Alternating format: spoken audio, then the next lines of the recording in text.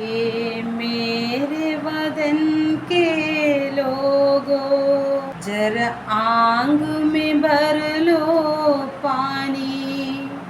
जो शहीद हुए हैं उनकी जरा याद करो कुर्बानी।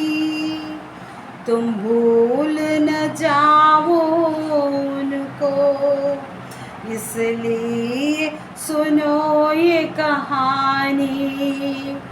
जो शहीद हुए हैं उनकी जरा याद करो कुर्बानी। जो खून गिरा पर्वत में वो खून था हिंदुस्तानी।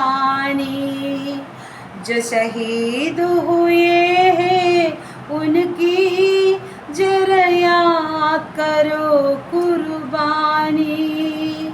ये मेरे वतन के लोगों, जरा आंग में भर लो पानी। जो शहीद हुए हैं उनकी जरा याद करो കുർബാനി.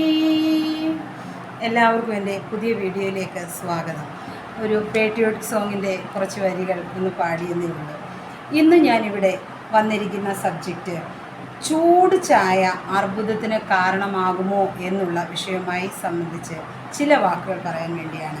ഇന്ന് ലോകമെമ്പാടും ഏറ്റവും കൂടുതൽ ഉപയോഗിക്കുന്ന പാനീയങ്ങളിൽ ഒന്നാണ് ചായ. ഇന്ത്യയിൽ വ്യാവസായിക അടിസ്ഥാനത്തിൽ ചായ കൃഷി തുടങ്ങിയത് ബ്രിട്ടീഷുകാരാണ്. ചൈനീസ് കഥകൾ പ്രകാരം ഷെൻ നോങ് ചക്രവർത്തിയാണ് ആദ്യമായി ചായ ഇട്ടതത്രയും. തിളച്ച വെള്ളത്തിൽ അബദ്ധത്തിൽ തേയിലയുടെ ഇലകൾ വെള്ളത്തിൽ വീണു. രുചിച്ചപ്പോൾ അദ്ദേഹത്തിന് അതിൻ്റെ രുചി ഇഷ്ടമായി. അങ്ങനെ ചൈനയിൽ ചായ പ്രചാരം നേടി. ചൈനയാണ് ഇപ്പോഴും തേയിലയുടെ ഉൽപ്പാദനത്തിൽ 1-ാം സ്ഥാനത്ത് നിൽക്കുന്നത്. ഇന്ത്യക്ക് 2-ാം സ്ഥാനമാണ്. എന്നാൽ ലോകത്തിൽ ഏറ്റവും കൂടുതൽ ചായ ഉപയോഗിക്കുന്നത് നമ്മൾ ഇന്ത്യക്കാരാണ് കേട്ടോ. ആഭ്യന്തര ഉൽപ്പാദനത്തിൻ്റെ 70% നാം തന്നെ കുടിച്ചു തീർക്കുകയാണ് ചെയ്യുന്നത്. ചായ നല്ലത് തന്നെ. ചായ, കാപ്പി എന്നിവ പോലെയുള്ള പാനീയങ്ങൾ ചൂടോടെ കുടിക്കുന്നത് അന്നനാള ക്യാൻസറിനുള്ള സാധ്യത കൂട്ടുമത്രേ. വളരെ ചൂടുള്ള പാനീയങ്ങൾ കുടിക്കുന്നതിലൂടെ അന്നനാളത്തിലെ കോശങ്ങൾക്ക് നാശം സംഭവിക്കും.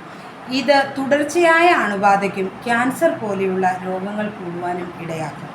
രാജ്യാന്തര ക്യാൻസർ ഗവേഷണ ഏജൻസി 65 ഡിഗ്രി സെൽഷ്യസിൽ കൂടുതൽ താപനിലയിലുള്ള പാനീയങ്ങൾ അർബുദത്തിന് കാരണമാക്കാവുന്ന വിഭാഗത്തിൽ ഉൾപ്പെടുത്തിയിട്ടുണ്ടത്രേ. അതിനാൽ ചൂടുള്ള പാനീയങ്ങൾ കുടിക്കുന്നതിന് മുമ്പ് അവയെ മിതമായ ചൂടിലേക്ക്, അതായത് 65 ഡിഗ്രി സെൽഷ്യസിന് താഴെയാക്കുവാൻ നാം വളരെ ശ്രദ്ധിക്കേണ്ടതാണ്. ഇതുപോലെയുള്ള വേറൊരു വിഷയമായി വീണ്ടും നമുക്ക് കാണാം. അപ്പോൾ എൻ്റെ ചാനൽ ലൈക്ക് ചെയ്യാനും കമൻറ്റ് ചെയ്യാനും മറക്കരുത്. ബൈ.